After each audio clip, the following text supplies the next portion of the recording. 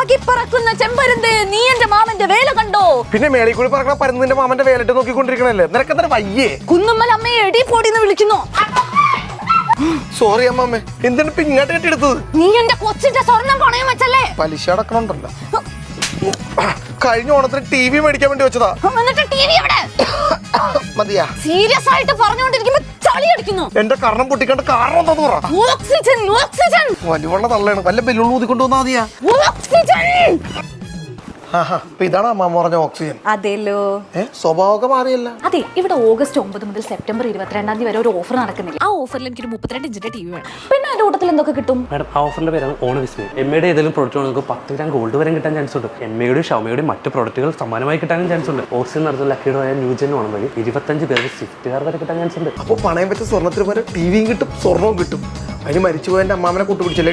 മോനെ, ആ പൈസ അങ്ങോട്ട് കൊണ്ട്